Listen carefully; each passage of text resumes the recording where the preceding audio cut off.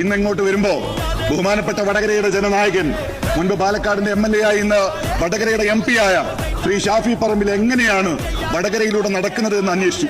ഷാഫി പറമ്പിൽ കാല് വെച്ചാണ് നടക്കുന്നത്. സാർ, ഇവിടുത്തെ പാറക്കൽ അബ്ദുള്ള ജനനായകനാണ്.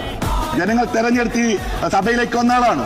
പാറക്കൽ എങ്ങനെയാണ് നടക്കുന്നത് നോക്കി അദ്ദേഹം കാല് വെച്ചാണ്. സാർ, ഞാനിത് പറയാൻ കാരണം, കഴിഞ്ഞ ദിവസം വടകരയിൽ വെച്ച് CPM-ന്റെ പാർട്ടി സെക്രട്ടറിയുടെ ഒരു വെല്ലുവിളിയാണ്. എന്താ വെല്ലുവിളി? MP-യെയും MLA-യും കാല് കുത്തിക്കില്ല. സാർ, എന്താ കാരണം എന്നറിയോ?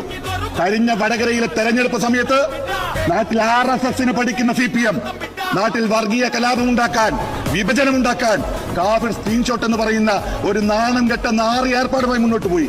സാർ, അവിടെ പോലീസ് അനങ്ങിയില്ല. സാർ, ഇത്രയും നാള് അവരെ പിടിച്ചില്ല. സാർ, ഇപ്പൊ ഒരു സർക്കാരുണ്ട്.